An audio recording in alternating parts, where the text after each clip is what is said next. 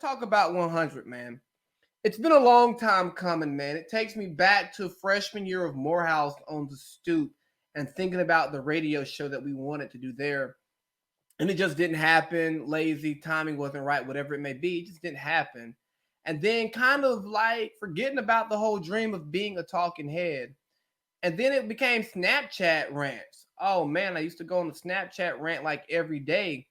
And then it got to the point, it was like, you know what? I want to do more than just a rant. I want to like package my rants into a conversation. And so I worked on the catch up with Sean, which was really fun. I really appreciate that. Shout out to Sean. You can find us tomorrow on Fansided on their new show, Sports in Order. You can stream that on Facebook and Twitter. I'll have those links available for you all. And we're going to be streaming tomorrow at 4 o'clock Eastern time, 1 o'clock Pacific, talking about sports. It's going to be a nice reunion. But anyways, then I started saying, hey, I want to work by myself. So I just started like recording. And then I did Big Baby and the Bovine. Shout out to the Bovine. Kyle, you've been great. I'm happy you're a part of the team. Shout out to my ghostwriters. And it's just been like a long, fun journey, man. But some of the highlights of the 100 episodes, man. BS in Bahrain. You know what the fuck going on. That was part one, right? Or part two, excuse me.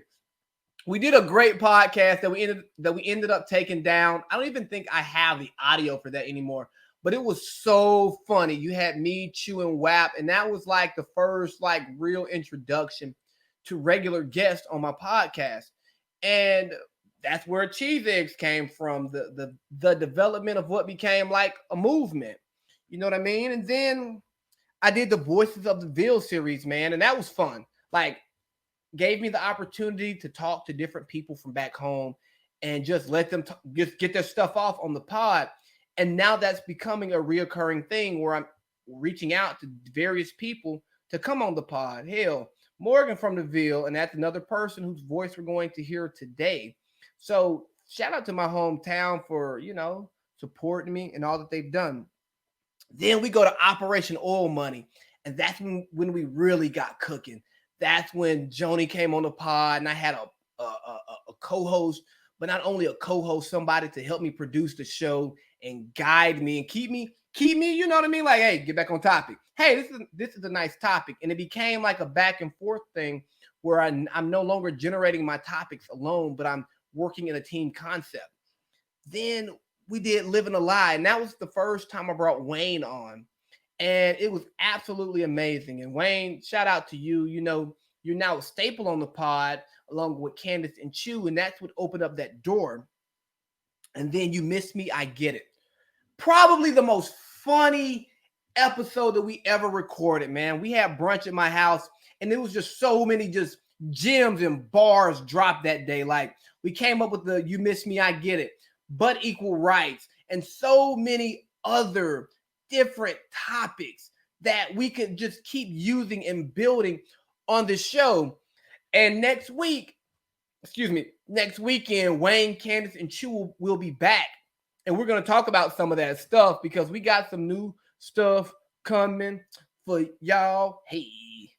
Hey. But then When They See Us, the most popular episode I did, and that was when me and Joni, we sat down, we watched When They See Us, and then we went back over it and we gave our thoughts on that documentary on Netflix and really spoke to the importance of the Central Park Five and what they mean to our community and how they were so wrongly treated by the New York justice system, and how that's a problem that we are still continuing to deal with today. And it's so unfortunate because, like, stuff is still happening, and this was years ago, but we still see the injustice that is going on in the world. And at that point, I really started to feel myself, man. Like, I was like, hey, pod is growing, numbers is booming. I can do whatever I want. But no.